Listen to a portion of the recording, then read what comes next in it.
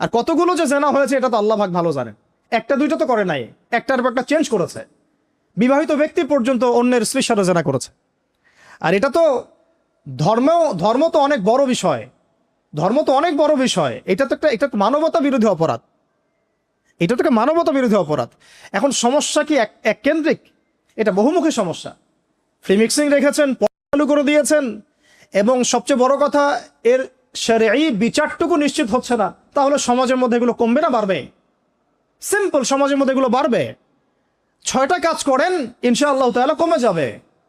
প্রথমত শরঈ পর্দা নিশ্চিত করেন, দ্বিতীয়ত ফ্রি মিক্সিং বন্ধ করে দেন, তৃতীয়ত আপনারা জেনার শাস্তি চালু করেন, চতুর্থত তা বন্ধ করেন, পঞ্চমত ব্যভিচারের যে রজম শাস্তি চালু করেন, শরঈ বিধান চালু করেন, সাইটগুলোকে বন্ধ করে দেন, এবং সমাজে